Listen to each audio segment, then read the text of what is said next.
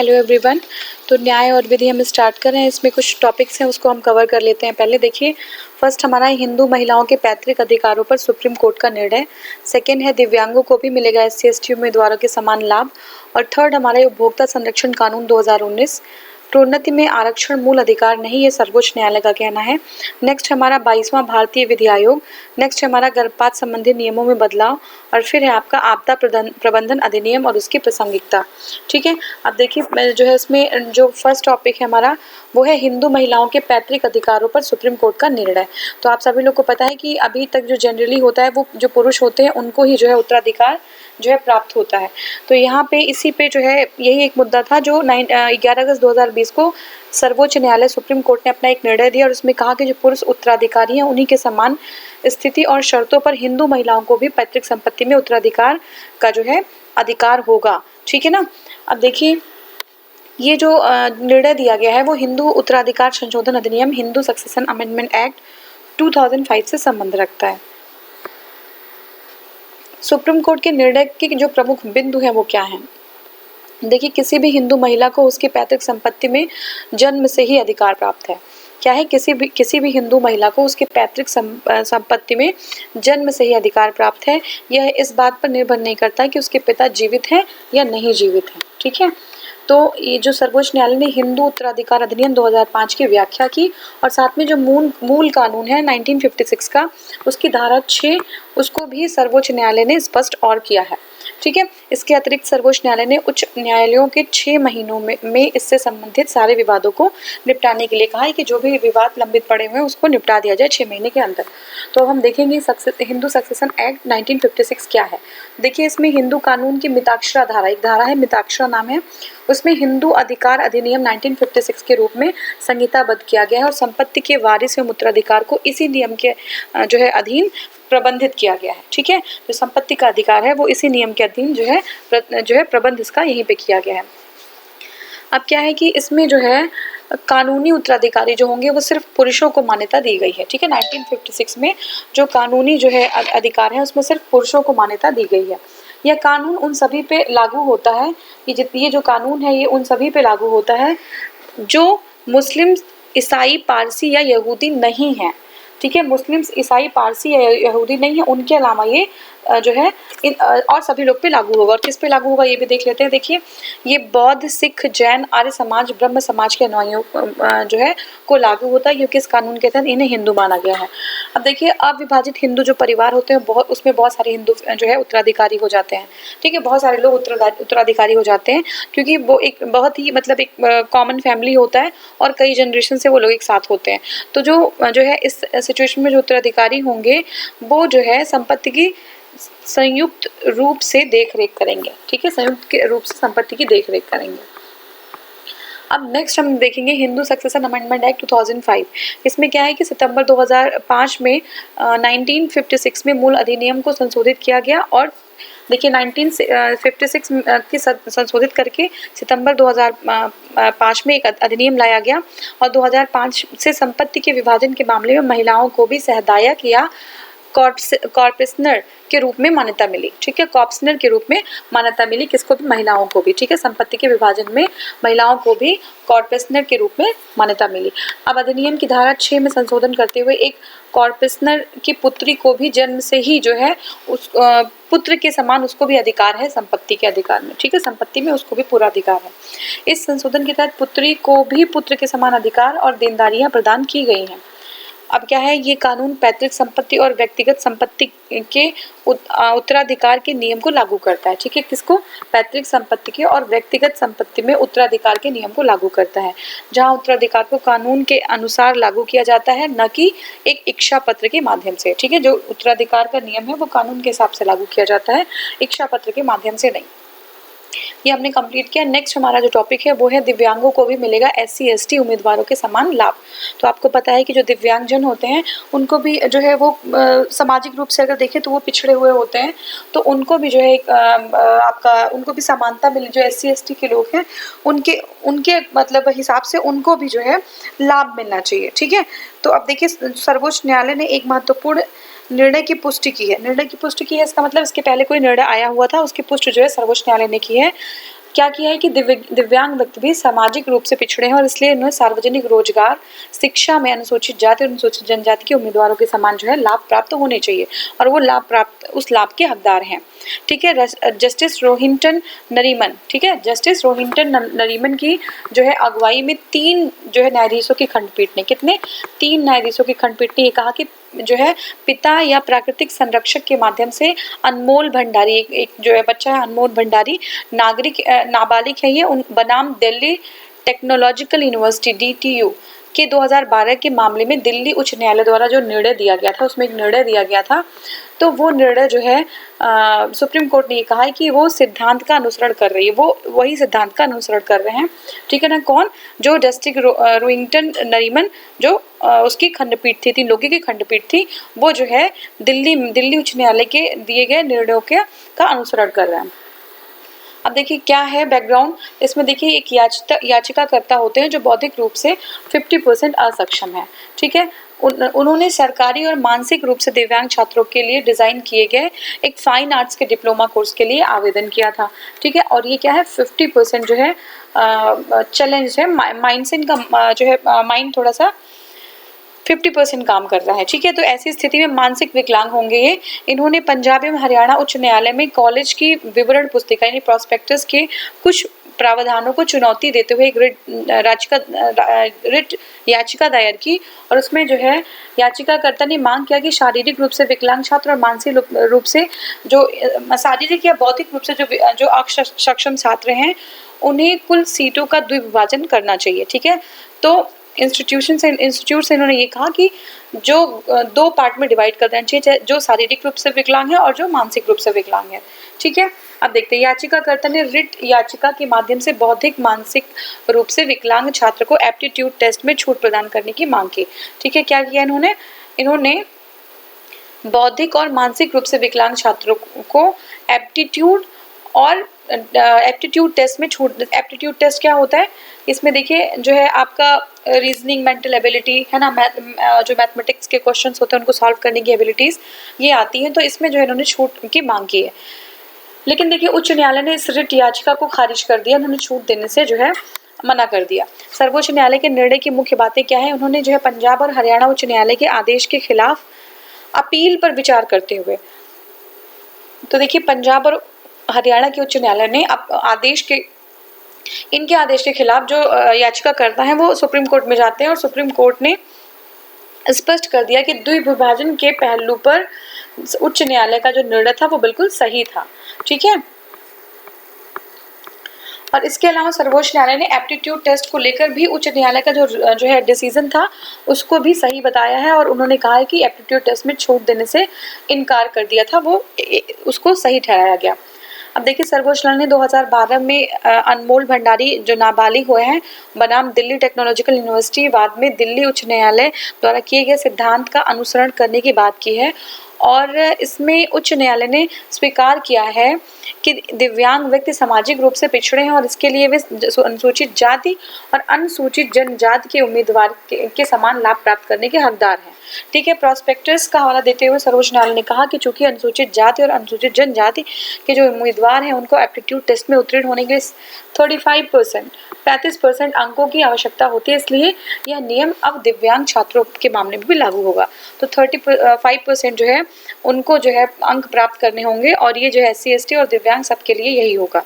ठीक है, लेकिन ये चीज़ जो है देखिए इसका निष्कर्ष क्या निकलता है कि जो अब दिव्यांग छात्र होंगे उनको भी SC ST के जो SC ST को जो छूट मिलती थी, ठीक है, जॉब्स में और कहीं जो है एडमिशन के उसमें, तो उनको भी जो दिव्यांग है उनको भी वही छूट मिलेगी। लेकिन एक जो यहाँ पे एक याचिकाकर्ता उन्होंने ये कहा कि अगर कोई बौद्धिक रूप से मानसिक रूप से जो है असक्षम है तो उसको जो है एप्टीट्यूड में उसको छूट मिलनी चाहिए, उसको जो है बिल्कुल खारिज किया है सुप्रीम कोर्ट ने।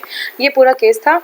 और दिव्यांगों के कानूनी अधिकार एक बार हम देखते थे, भारत के संविधान में प्रत्येक कानूनी नागरिक के लिए समान रूप से प्रत्येक कानूनी, ये थोड़ा गलत लिखा हुआ, प्रत्येक कानून नागरिकों को समान रूप से उनके ऊपर लागू होता है, चाहे वह किसी भी अवस्था में हो, असक्षम हो, शारीरिक, मानसिक, भावनात्मक, किसी भी तरीके से। ठीक है, भारत का संविधान विकलांग को कुछ मौलिक अधिकार प्रदान करते हैं। ठीक है, जो भारत का संविधान है वो विकलांगों को कुछ मौलिक अधिकार प्रदान करते हैं। ठीक है, कौन से मौलिक अधिकार हैं? देखिए, संविधान विकलांग न्याय का अधिकार, विचार, अभिव्यक्ति, विश्वास, पूजा की स्वतंत्रता, स्थिति की समानता और अवसर की समानता सहित अपने नागरिकों को ये सारी चीजें प्रदान करता है हमारा संविधान। ठीक है, अनुच्छेद 15(1). ठीक है, तो अनुच्छेद 15(1) में ये है कि भारत सरकार को प्रोत्साहित करता है कि वह भारत के किसी भी नागरिक के साथ भेदभाव न करे। तो जो गवर्नमेंट ऑफ इंडिया है उनको ये प्रोत्साहित किया जाता है कॉन्स्टिट्यूशन के द्वारा, संविधान के द्वारा, कि वह किसी भी नागरिक के साथ भेदभाव न करे जिसमें विकलांग अपने धर्म, जाति, लिंग या जन्म के स्थान पर शामिल हो। ठीक है, 15(2) में है कि ये जो है सूचीबद्ध करता है कि विकलांगों सहित भारत के किसी भी नागरिक को दुकानें, सार्वजनिक रेस्टोरेंट, होटल या जो है उनकी पहुंच और विभिन्न जो स्थान है उनकी पहुंच जो है अगर कोई रिस्ट्रिक्ट करता है तो ये भी एक अपराध है। ठीक है, उपरोक्त किसी भी आधार पर किसी भी विकलांगता, देयता, प्रतिबंध या स्थिति के अधीन नहीं किया जा सकता। जैसे जो है मनोरंजन, अगर जो सार्वजनिक मनोरंजन है, कुएं, टैंक, स्नान घाट और सड़कों और सार्वजनिक स्थलों के उपयोग को पूरी तरीके से आशंकित रूप से सरकारी जो है धन के बाहर रखा गया है। ठीक है, यह आम जनता के उपयोग के लिए समर्पित है। तो यहाँ पे भी चाहे वो विकलांग हो या चाहे आम जन हो तो उनको जो है रोका नहीं जा सकता। राज्य के तहत किसी भी कार्यालय में रोजगार या नियुक्ति से संबंधित मामले में विकलांगों के साथ भेदभाव न करते हुए भारत सरकार ने सभी नागरिकों के लिए समान अवसर जो है प्रदान करने की बात कही है। तो देखिए, जो आर्टिकल 21 है, राइट टू लाइफ, वो सभी लोग को है, वो चाहे वो जिस भी स्थिति में है, सभी लोग को अपने जीवन की और स्वतंत्रता की गारंटी है। आर्टिकल 24 है, उसमें कहा गया है कि किसी भी कारखाने या खदान में काम करने या किसी अन्य खतरनाक रोजगार में शामिल होने के लिए 14 वर्ष से कम उम्र की विकलांग सहित बच्चों को रोजगार जो है उसको प्रतिबंधित करता है। ठीक है ना, कि चाहे विकलांग हो चाहे नॉर्मल बच्चे हो, अगर 14 वर्ष से कम उम्र के हैं तो किसी भी फैक्ट्री में वो काम नहीं कर सकते। ठीक है, आर्टिकल 25 क्या है? वो विकलांग धर्म, आर्टिकल 25 में धर्म की स्वतंत्रता का अधिकार है जो हर जो है नागरिक को दिया जाता है। धर्म की स्वतंत्रता, चाहे वो विकलांग हो चाहे वो नॉर्मल हो, धर्म की स्वतंत्रता का अधिकार सबको है। ठीक है, तो ये हो गया हमारा। और नेक्स्ट हमारा जो टॉपिक है वो है उपभोक्ता संरक्षण कानून 2019। तो देखिए इसमें क्या है, भारत में 20 जुलाई 2020 को उपभोक्ता संरक्षण अधिनियम 2019 लागू किया गया है। इसमें उपभोक्ता संरक्षण अधिनियम 1986 को बदल दिया गया है। ठीक है, तो अब 19 वाला जो अधिनियम है वो कैसे लागू किया गया? 1986 वाले को बदल के। ठीक है, इसमें क्या है, इस अधिनियम की शुरुआत खरीदारों को न केवल पारंपरिक विक्रेता, जो पारंपरिक विक्रेता मतलब जिनसे हम जो है लेन देन बहुत पहले से करते आ रहे हैं, जो शॉपकीपर्स हैं नॉर्मली, जिससे हम जो है ये जो हमारा ऑनलाइन प्लेटफॉर्म है उसके पहले जिससे हम सामान लेते, खरीदते, बेचते थे। ठीक है, वो पारंपरिक विक्रेता के अलावा ई कॉमर्स, खुदरा विक्रेता और जो है खुदरा विक्रेता और मंच से भी सुरक्षा प्रदान करने की बात की है। तो इसको एक्सपेंड किया गया है, बहुत अच्छी बात है।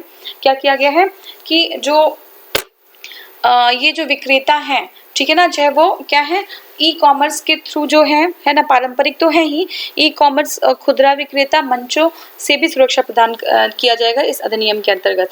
यह नया अधिनियम उपभोक्ताओं को सशक्त बनाएगा और विभिन्न सूचित नियमों व प्रावधानों के अलावा उनके माध्यम से अधिकारों की रक्षा करने में मदद करेंगे। ठीक है, अब अधिनियम का क्या उद्देश्य है? उद्देश्य ये है कि जो है उपभोक्ता, उनके हितों की रक्षा करना है और 1986 के उपभोक्ता संरक्षण अधिनियम की जो 19 वाली जगह ले लेगी। ठीक है, जो 19 का अधिनियम है वो 1986 को जगह ले लेगी। अब अधिनियम के मुख्य प्रावधान क्या है? प्रावधान ये है कि अगर किसी उपकरण का या सामान की खराबी पर विक्रेता, विनिर्माता और सेवा प्रदाता तीनों पर शिकंजा इससे कसा जाएगा। तो ये जो अधिनियम है आपका उपभोक्ता संरक्षण अधिनियम कितना है 2019, उसके थ्रू क्या किया जाएगा? विक्रेता, विनिर्माता और सेवा प्रदाता तीनों पर शिकंजा कसा जाएगा। ठीक है, अब नेक्स्ट हमारा है देखिए ये जो अधिनियम है इसके तहत उपभोक्ताओं की रक्षा और निगरानी के लिए कार्यकारी समिति बनाने का प्रावधान है। तो एक कार्यकारी समिति भी बनेगी जिसके थ्रू हम इनकी रक्षा कर सकेंगे जो उपभोक्ता हमारे। उपभोक्ता संरक्षण अधिनियम, सेंट्रल कंज्यूमर प्रोटेक्शन अथॉरिटी। तो देखिए क्या क्या बन रहा है, एक तो कार्यकारी समिति बनाई जाएगी और फिर सेंट्रल कंज्यूमर प्रोटेक्शन अथॉरिटी का भी गठन किया जाएगा। ग्राहकों को नुकसान पहुंचाने वाले गलत या भ्रामक विज्ञापन पर भी 2 साल का जेल और 10 साल की, तो अगर कोई ऐसा विज्ञापन है जो भ्रामक है, लोगों को नुकसान पहुंचा रहा है, तो 2 साल की जेल और 10 लाख रुपए का जुर्माना दिया जाएगा। ठीक है, देने का प्रावधान किया गया है। और गंभीर मामलों में अधिकतम 10 साल जेल और 50 लाख रुपए, 2 साल 10 लाख रुपए और 10 साल 50 लाख रुपए अगर गंभीर स्थिति है तो जुर्माना दिया जाएगा। अब देखिए भ्रामक जो विज्ञापन करते जो सेलिब्रिटीज हैं उन पर जुर्माना लगाया जाएगा। विधेयक में उन पर जेल की सजा नहीं की गई है। और ये उन पे क्यों नहीं की है जेल की सजा? आखिर में सारे जो एडवर्टीजमेंट होते हैं तो मोस्टली उन्हीं के थ्रू लोगों के सामने आते हैं। तो देखते हैं। खैर नेक्स्ट हमारा टॉपिक है प्रोन्नति में आरक्षण मूल अधिकार नहीं है। ठीक है, जो प्रोन्नति है किसी का प्रोन्नति हो रहा है तो उसमें आरक्षण जो है मूल अधिकार नहीं है। ये जो है कौन कहता है? सर्वोच्च न्यायालय कह रही है। ठीक है, तो reservation is in promotion is not a fundamental right. Supreme Court, according to Supreme Court, reservation is not a fundamental right according to Supreme Court. ठीक है, नेक्स्ट है हमारा सर्वोच्च न्यायालय ने अपने हाल के एक फैसले में ये कहा है कि सरकारें जो है नियुक्त तथा पदोन्नति में आरक्षण प्रदान करने हेतु तो बाध्य नहीं है तथा प्रोन्नतियों में आरक्षण का मूल अधिकार, जो प्रोन्नतियों में जो आरक्षण है वो मूल अधिकार में शामिल भी नहीं है। अगर किसी को प्रोन्नति में जो है आपका रिजर्वेशन नहीं मिल रहा है तो वो ये नहीं कह सकता कि हमारा जो फंडामेंटल राइट है, हमारा मूल अधिकार का हनन हो रहा है। ठीक है ना, तो ये है।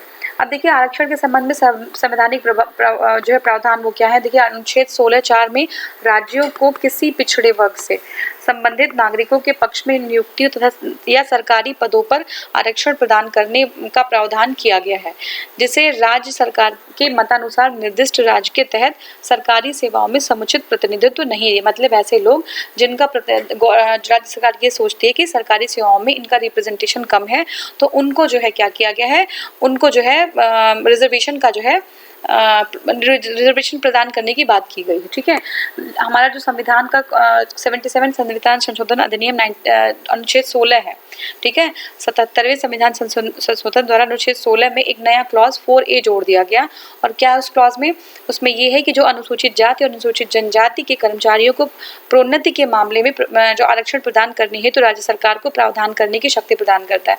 मतलब राज्य सरकार जो है उसको शक्ति प्रदान किया गया है कि वो अनुसूचित जाति और अनुसूचित जनजाति के मामले में प्रोन्नति का प्रावधान कर सके। यदि राज्य सरकार ये महसूस करती है कि सरकारी सेवाओं में उनका रिप्रेजेंटेशन नहीं है तो वो जो है रिजर्वेशन उनको दे सकती है। देखिए अनुच्छेद 16(4) में प्रदत्त प्रावधान की प्रकृति रखता है और जो आरक्षण उपलब्ध कराने पर विचार करने के लिए राज्य सरकार के विवेकाधिकार की शक्ति प्रदान करता है। तो 16(4) में क्या है कि आरक्षण उपलब्ध करने का विचार करने के लिए जो राज्य सरकार है उनके पास पावर होती है, उनकी विवेकाधिकार शक्ति पे होता है कि वो आरक्षण दे सकते हैं अगर ऐसा करना न्याय संगत है तो। ठीक है, 16(4) और 16(4)(A) किसी व्यक्ति को प्रोन्नति के मामले में आरक्षण का मूल अधिकार प्रदत्त नहीं करता। तो इसमें 16(4) और 16(4)(A) ऐसा नहीं है कि जो प्रोन्नति है वो किसी का मूल अधिकार है, ये चीज नहीं होता। ठीक है, नेक्स्ट हमारा है राज्य सरकारों को आरक्षण देने के संबंध में प्रावधान करने का विवेकाधिकार है यदि परिस्थितियां ऐसी करने के लिए न्याय। तो वही चीज बता रहे हैं कि जो स्टेट गवर्नमेंट्स है उनके पास जो है अपना स्वयं का विवेक है कि वो जो है किसी ग्रुप को आरक्षण दे रही है या नहीं। अगर वो रिप्रेजेंट नहीं, और विवेक का मतलब ऐसा नहीं कि उनकी मर्जी पे है वो, अगर वो गवर्नमेंट जॉब में उनका रिप्रेजेंटेशन नहीं है तो वो उस स्थिति में उनको वो आरक्षण देंगे। हालांकि यदि कोई राज्य अपने विवेकाधिकार का प्रयोग करना चाहता है तथा पदोन्नतियों में आरक्षण का प्रावधान करे तो सर्वप्रथम उसे सार्वजनिक सेवाओं में किसी वर्ग या समुदाय के अपर्याप्त प्रतिनिधित्व का प्रदर्शन करने हेतु परिमाणित आंकड़े एकत्र करने होंगे। ठीक है, तो यही है कि जो विवेकाधिकार का मतलब ये नहीं है कि स्वेच्छा से नहीं हो सकता। विवेकाधिकार है अगर उनको ये लगता है कि समुदाय को जो है रिजर्वेशन देना चाहिए तो समुदाय के अपर्याप्त जो मतलब जो प्रतिनिधित्व कम है वो क्यों कम है उसका आंकड़ा देना पड़ेगा। आंकड़ा एकत्र कर लेंगे और अगर सही है तो फिर उनको रिप्रेजेंटेशन दे दिया जा सकता है। ठीक है, आरक्षण का अनुमोदन न्यायिक समीक्षा के आधार पर, ठीक है, आरक्षण का अनुमोदन न्यायिक समीक्षा के अधिकार पर। देखिए, यदि राज्य सरकार के द्वारा किसी विशेष सार्वजनिक पद पर प्रोन्नति में अनुसूचित जाति, अनुसूचित जनजाति के वर्ग के लोगों को आरक्षण देने का फैसले को चुनौती देते हैं, तो राज्य सरकार को अदालत में यह साबित करना होगा कि आरक्षण आवश्यक था और इससे प्रशासनिक क्षमता प्रभावित नहीं होगी। समझिए बात को। यदि जो स्टेट गवर्नमेंट है उसके द्वारा किसी विशेष सार्वजनिक पद पर, ठीक है, स्टेट गवर्नमेंट द्वारा किसी विशेष सार्वजनिक पद पर प्रोन्नति में अनुसूचित जाति और अनुसूचित जनजाति के वर्ग के लोगों को आरक्षण देने का अगर जो है उसको चुनौती दे दी जा रही है, तो राज्य सरकार को ये जो है अदालत में साबित करना होगा कि ऐसा जो है आवश्यक था और ऐसा जो एडमिनिस्ट्रेटिव कैपेसिटी है उस पर जो है कोई प्रभाव, कोई इल इफेक्ट नहीं पड़ेगा उसका। ठीक है, नेक्स्ट हमारा है 22वां भारतीय विधि आयोग। ठीक है, इंपॉर्टेंट है ये। तो 19 फरवरी 2020 को 22वें विधि आयोग के गठन को मंजूरी दे दी गई है। केंद्रीय कैबिनेट ने फैसला किया है कि ये गठन जो है 3 साल के लिए किया जाएगा। ठीक है, 3 साल के लिए किया जाएगा। इसके पहले 21वें विधि आयोग का कार्यकाल 31 अगस्त 2018 को समाप्त हुआ था। विधि आयोग एक अब ये आएगा एग्जाम में आता रहता है कि विधि आयोग क्या है, ये जो है संवैधानिक है, गैर संवैधानिक है। तो विधि आयोग जो है वो गैर संविधिक निकाय है। क्या है? गैर संविधिक निकाय है। देखिए, सरकार अपनी नीड के अकॉर्डिंग इसको समय समय पर जो है इस आयोग का गठन कर लेती है। इस बार किया गया है 3 साल के लिए। इस आयोग का मूल जो है रूप है वो 1955 में गठन किया गया था। जो मूल रूप 1955 में गठन किया गया था। आयोग का पुनर्गठन जो है 3 साल के लिए हेतु किया जाता है। अब जिम्मेदारियां क्या होंगी 22वें वित्त आयोग के ऊपर? ऐसे कानूनों की पहचान करेंगे जिनका अभी तक कोई ज़रूरत नहीं है और जो अप्रासंगिक हैं, जिन्हें तुरंत निरस्त किया जा सकता है। मतलब वो जो है देखेंगे कोई ऐसा तो जो है नियम कानून नहीं है जिसका जो है अभी यूज़ ही नहीं हो रहा है, तो उसको अप्रासंगिक घोषित कर सकते हैं। 22वें वित्त आयोग मौजूदा कानूनों की जाँच करेंगे और सुधारों के लिए सुझाव देंगे। यह संविधान की प्रस्तावना में उल्लिखित निर्देशक सिद्धांतों को लागू करने के लिए आवश्यक कानूनों को भी सुझाव देंगे। ठीक है, अब देखिए, यह गरीब लोगों की सेवा में कानून और कानूनी प्रक्रियाओं का उपयोग करने के लिए सभी आवश्यक उपाय करेंगे। केंद्रीय अधिनियम को संशोधित करना ताकि उन्हें सरल बनाया जा सके। ठीक है, जो अधिनियम है उनको संशोधित करेंगे ताकि उन्हें ईजी बनाया जा सके और विसंगतियां अगर उसमें हैं, अगर कोई संदिग्धता है और असमानता है, उनको दूर कर देना है। तो ये सारा जो है काम है विधि आयोग का। ठीक है, विधि आयोग का काम है। ठीक है, अब देखिए विधि आयोग के सदस्य कौन हैं? तो देखिए, विधि आयोग के एक पूर्णकालिक अध्यक्ष, क्या है? एक पूर्णकालिक अध्यक्ष और 4 पूर्णकालिक सदस्य। ठीक है, सदस्य, एक पूर्णकालिक अध्यक्ष और 4 पूर्णकालिक सदस्य सचिव सहित एवं पदेन सदस्य के रूप में विधि मंत्रालय के विधायी विभाग, ठीक है, विधायी विभाग सचिव पदेन सदस्य के रूप में होंगे। समझ लीजिए, जो एक पूर्णकालिक अध्यक्ष होंगे और 4 जो है वो पूर्णकालिक सदस्य होंगे। ठीक है, एक पदेन सदस्य के रूप में विधि मंत्रालय के विधायी विभाग के जो है सचिव होंगे, वो पदेन सदस्य होंगे। तो विधायी विभाग के जो सचिव होंगे, विधायी विभाग के सचिव वो क्या होंगे? वो पदेन सदस्य के रूप में होंगे। इसमें अधिकतम 5 अंशकालिक सदस्य भी होंगे। कितने? अधिकतम 5 अंशकालिक सदस्य भी होंगे इसमें। ठीक है, अब देखिए, ये एग्जाम में आ सकता है। जैसे क्या है कि हमारा एक तो पूर्णकालिक है और 4 जो है पूर्णकालिक सदस्य होंगे। ठीक है, इसमें जो है अधिकतम 5 जो है अंशकालिक, कितने? 5 अंशकालिक सदस्य होंगे। आमतौर पर सुप्रीम कोर्ट के अवकाश प्राप्त न्यायाधीश, सुप्रीम कोर्ट के अवकाश प्राप्त न्यायाधीश अथवा उच्च न्यायालय के मुख्य न्यायाधीश आयोग की अगुवाई करते हैं।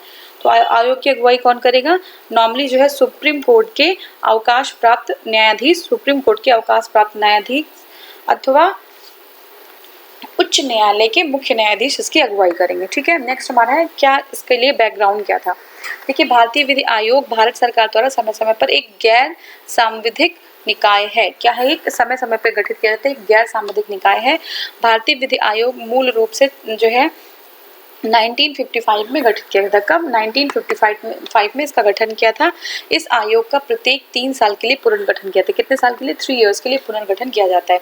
21वें भारतीय विधि आयोग का कार्यकाल 31 अगस्त 2008 तक था। ठीक है, और 22वां अब शुरू हो गया है। ये क्या करता है? ये प्रगतिशील विकास एवं देश के कानून के, देखिए, जो प्रगतिशील विकास और देश के कानून के संहिताकरण के बारे में अहम योगदान जो है देने में समर्थ है। अभी तक विधि आयोग ने 277 रिपोर्ट्स प्रस्तुत की हैं। नेक्स्ट हमारा देखिए है गर्भपात संबंधी नियमों में बदलाव। तो क्या बदलाव किया कि 29 जनवरी 2020 को केंद्रीय जो हमारी यूनियन कैबिनेट है उन्होंने चिकित्सा गर्भपात संशोधन विधेयक, क्या है, medical termination of pregnancy amendment bill 2020, क्या है, medical termination of pregnancy amendment bill 2020 को मंजूरी दे दी है, जिसमें गर्भपात की सीमा को 20 हफ्ते से 24 हफ्ते करने का प्रावधान किया गया। तो गर्भपात की सीमा क्या, 20 हफ्ते से 24 हफ्ते करने का प्रावधान किया गया है। इसका उद्देश्य क्या है, उद्देश्य ये है कि गर्भपात अधिनियम medical termination of pregnancy act 1971 को संशोधित किया जाना। तो पहले क्या था 20 हफ्ता, अब 24 हफ्ता कर दिया गया है। और ये कौन सा हमारा है, ये जो है medical termination pregnancy amendment bill 2020 है, जो है किसको अमेंड कर देगा, वो 1971 को अमेंड कर देगा। Medical termination of pregnancy act 1971 को अमेंड करके 1920 जो है आ रहा है, जो है गर्भपात की जो सीमा है 20 हफ्ते से बढ़ाकर उसको 24 हफ्ते कर दिया है।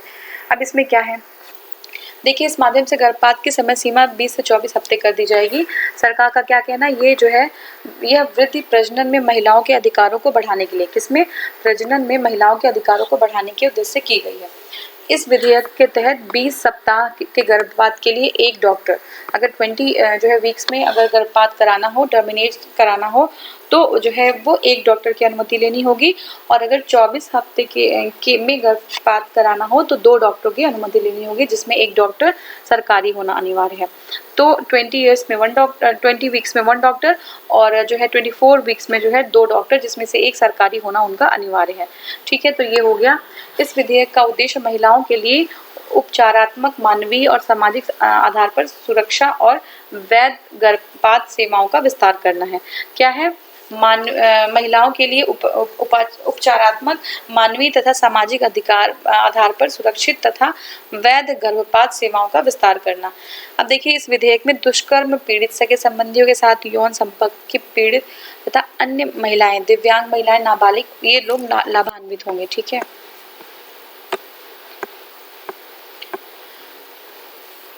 देखिए प्रौद्योगिकी में यानी कि टेक्नोलॉजी में विकास को ध्यान में रखते हुए विभिन्न हितधारकों और मंत्रालयों के साथ बेहद विचार विमर्श के बाद गर्भपात कानून में संशोधन का प्रस्ताव किया गया है। क्योंकि टेक्नोलॉजी भी हमारी इम्प्रूव हो चुकी है, तो ये चीज़ें अब शायद और जो है कन्वीनियंट हो चुकी हैं।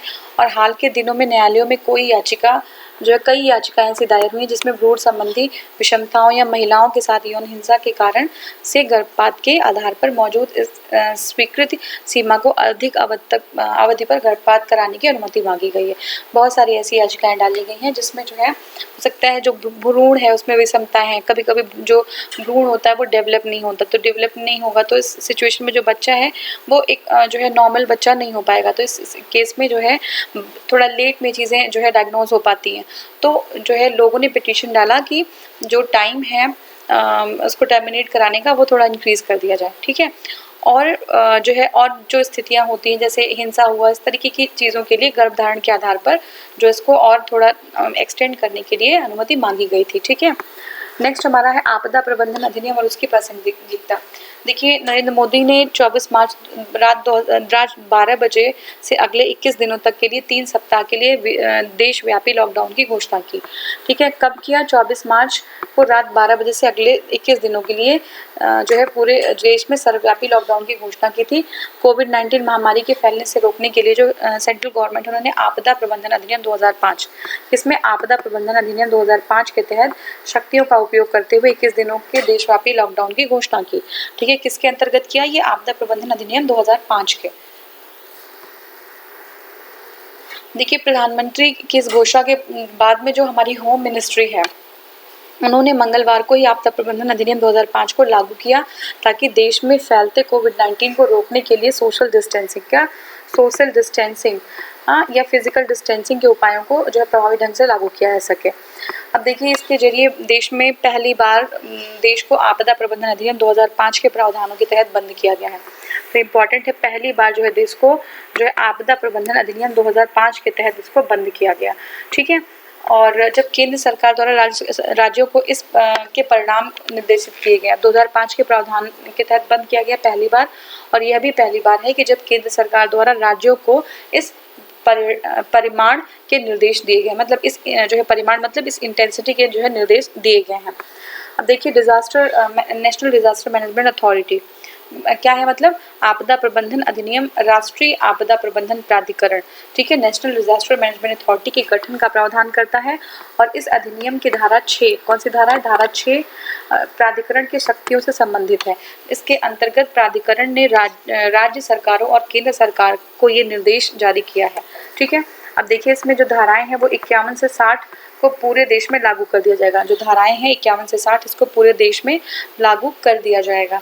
आपदा प्रबंधन अधिनियम 2005 की मुख्य बातें क्या है, देखिए आमतौर पर एक आपदा को प्राकृतिक आपदा जैसे कि चक्रवात हो गया, भूकंप है, ठीक है, प्राकृतिक आपदा समझा जाता है। इसके अलावा जो है अधिनियम की धारा 2D में आपदा की परिभाषा में यह कहा गया है कि किसी भी क्षेत्र में प्राकृतिक या मानवकृत कारणों की उपेक्षा से, ठीक है, प्राकृतिक तो नेचुरलाइज्ड हुई या फिर मानव के द्वारा जो है मानव के कारणों क्या उपेक्षा से जो उत्पन्न कोई महाविपत्ति है वो भी जो है आपदा में आती है, ठीक है। तो ये कहाँ पे कहा गया, ये जो है धारा आपका ये अधिनियम है इसकी धारा 2D में, अधिनियम की धारा 2D में कहा गया। आपदा प्रबंधन अधिनियम 2005 की मुख्य धाराएं कौन कौन सी है, देखिए धारा 51, यदि कोई व्यक्ति किसी सरकारी कर्मचारी को उसके कर्तव्यों को पूरा करने से रोकता है, ठीक है, मुख्य धाराएं हैं धारा 51। अगर कोई इंडिविजुअल किसी जो है गवर्नमेंट ऑफिशियल को उसके काम करने से रोकता है तो या बाधा डालता है या केंद्र या राज्य सरकारों या NDM द्वारा जारी किए गए निर्देशों का पालन करने से इनकार करता है तो वह व्यक्ति इस धारा के अंतर्गत दंडित किया जा सकता है ना। तो जैसे अब NDM के द्वारा जैसे क्या है, सोशल डिस्टेंसिंग करना, मास्क को यूज़ करना, ये सारी चीज़ें अगर कही गई हों और लोग नहीं कर रहे हैं तो उसको NDMA की धारा के अनुसार उसको दंडित किया जा सकता है, ठीक है। तो नेक्स्ट क्या है,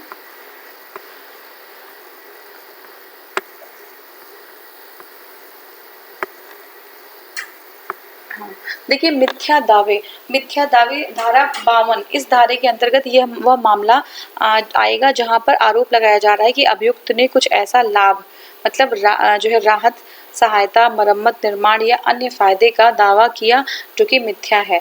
जैसे कि एक मामले में बाढ़ पीड़ितों हेतु वितरण के लिए लाए गए बिस्किट को प्राप्त करने के लिए व्यक्तियों ने जो कि अभियोजन के मुताबिक बाढ़ पीड़ित नहीं थे, इन पर धारा को लगाया गया था। मतलब जो चीज़ें जो बेनिफिट्स उनको मिल रही हैं वो जो है अटेन दूसरा कोई करने की कोशिश करे जिनको उस चीज़ की ज़रूरत नहीं है, जो उस चीज़ के लिए जो है योग्य भी नहीं है, तो इस पे जो है कौन सी धारा लगा सकते हैं, मिथ्या दावे की का धारा, और कौन सा धारा 52, ठीक है। नेक्स्ट हमारा है धन सामग्री का दुरुपयोग, धारा 53।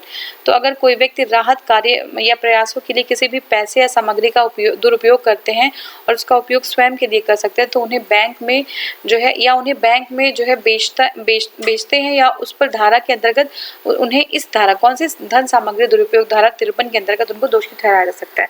मिथ्या चेतावनी, ये धारा 54 है और इसमें क्या होता है, यदि कोई व्यक्ति झूठा अलार्म या आपदा के बारे में चेतावनी दे दे, जो आपदा नहीं हो फिर भी झूठी चेतावनी दे देते हैं जिससे घबराहट फैलती है, जो है वह जनता को के अंदर एक जो है घबराहट फैलती है, तो उसका जो है यह कृत्य इस धारा के अंतर्गत दंडनीय होगा। नेक्स्ट हमारा है अधिकारी की कर्तव्य पालन में असफलता, धारा 56।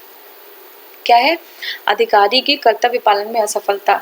यदि जो है एक सरकारी अधिकारी है जिसे लॉकडाउन से संबंधित कुछ जो है कर्तव्यों के पालन का निर्देश दिया गया था पर वह उन्हें करने के से मना कर देता है ना। जैसे लगता है कि अगर उनको ये लगता है कि हमें भी इस चीज़ से प्रॉब्लम हो सकती है, अगर वो मना कर रहे हैं सो करने से या बिना अनुमति के अपने कर्तव्यों को पूरा करने से पीछे हटते हैं तो इस धारा के अंतर्गत उन्हें दोषी ठहराया जा सकता है। तो कौन सी धारा, नहीं, ये आपका अधिकारी की कर्तव्य पालन की असफलता, धारा 56, ठीक है, धारा 56 में। और देखिए अध्यपेक्षा के संबंध में किसी आदेश के उल्लंघन की स्थिति में, धारा 57, इसमें आपदा प्रबंधन अधिनियम की धारा 65 के अंतर्गत राष्ट्रीय कार्यकारिणी समिति या राज्य कार्यकारिणी समिति या जिला कार्यकारिणी समिति को यह शक्ति दी गई है कि वह किसी भी संसाधन, वाहन या भवनों की आवश्यकता पड़ने पर जो उस आपदा के जवाब में अपना काम करने के लिए चाहिए या आवश्यक है तो वह उसकी मांग रूपी आदेश कर सकते हैं।